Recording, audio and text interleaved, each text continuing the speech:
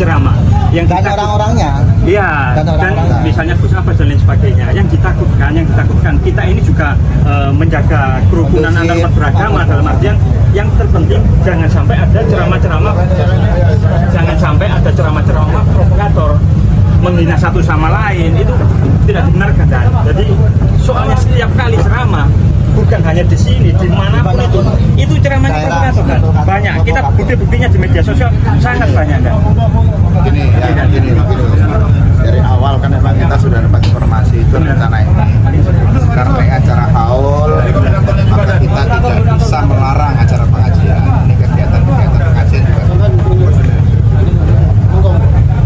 Saya tadi sudah ketemu sama Kiai Mat. Saya minta untuk tidak ceramah masalah nasab. Kalau hanya ngaji ini silahkan. Siap. Ya, makasih. dan kalau sampai ada provokasi bahasa saya akan tangkap dia. A'udzu billahi minasyaitonir rajim. Bismillahirrahmanirrahim. Saya dapat kabar dari seseorang bahwasannya di acara ini tidak boleh membahas nasab, dan itu yang melarang adalah Kapolresnya Panjenengan. Saya sangat menyayangkan dengan adanya mentalitas Kapolres semacam itu yang sangat penakut, tidak berani membela negara. Seharusnya Panjenengan yang punya seragam yang sudah dibentuk oleh pemerintah untuk membela negara, seharusnya Panjenengan ini yang garda terdepan untuk melindungi rakyat Indonesia, untuk membela negara. Maka saya sangat menyayangkan dan mohon maaf, tolong sampaikan sampaikan salam saya kepada Pak Kapolres. Saya hormati larangan Anda, tapi mohon maaf, rakyat sudah menuntut saya untuk melakukan itu semua.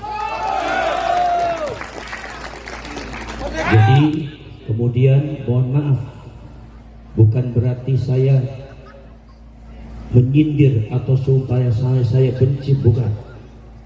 Tapi yang namanya Polri dan militer ini adalah dibentuk untuk melindungi bangsa dan negara. Kenapa Anda terlalu kecut menghadapi Ba'alwi? Saya mau jawab alasan Anda apa? Kenapa Anda yang disebut Polri, yang disebut militer berseragam loreng ternyata Anda kecut menghadapi Ba'alwi? Alasan Anda apa? Copot loreng Anda, copot seragam Anda kalau Anda memang sudah tidak bisa membentengi negara. Ini negara sangat berbahaya, saudara. Adanya Ba'alwi mencaci maki kiai, Anda diam, wahai Polri.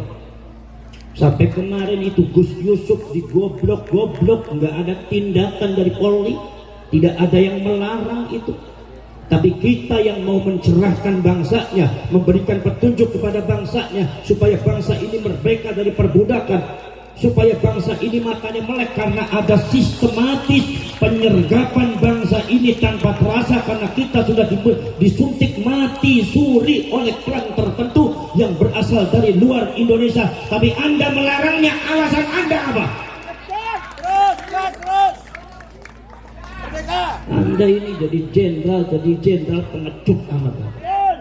Mosok kalah marang santri sampai ini. Gina Ramadan.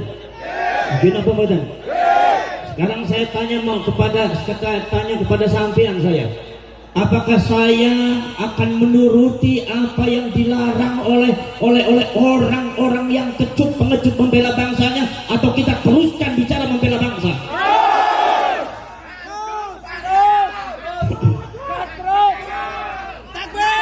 Kita tidak untuk perang, kita tidak untuk membenci, tetapi ini bangsa sudah diinjak-injak, ini negara sudah diinjak-injak, dan ini bukan hoax, ini bukan fitnah.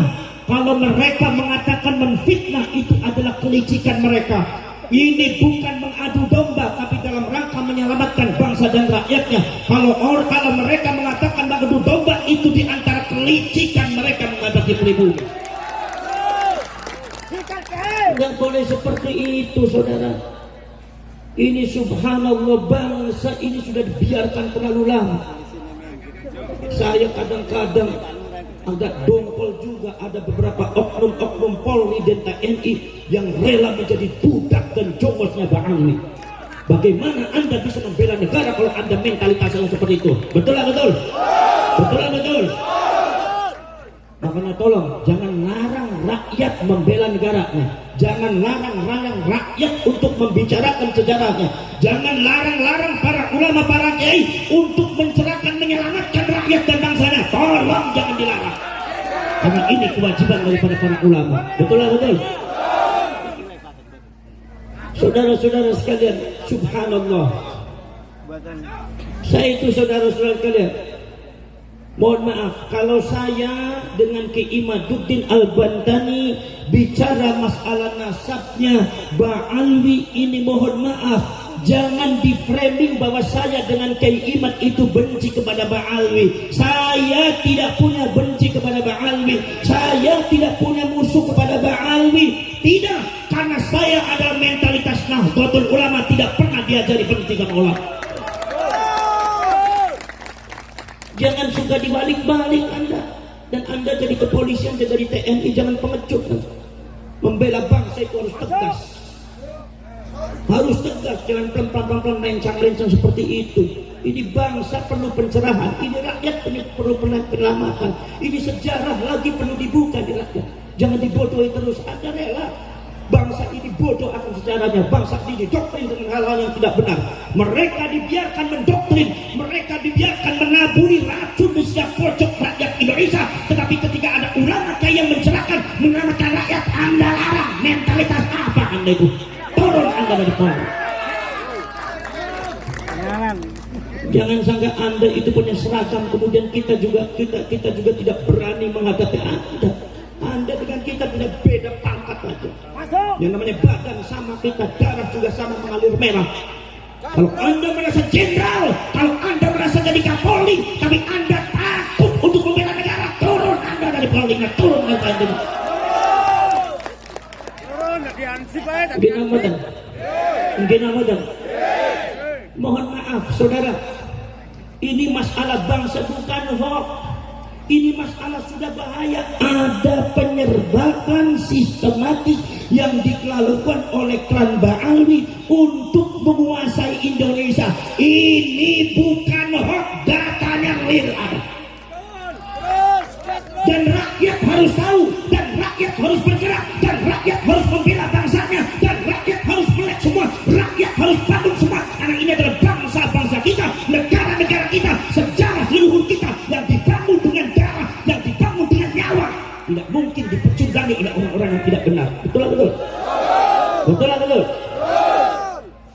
Masya Allah, para syekh, para sedulur. Lihat saudara-saudara sekalian, akidah daripada rakyat Indonesia itu sudah didoktrin dengan hal-hal yang tidak benar.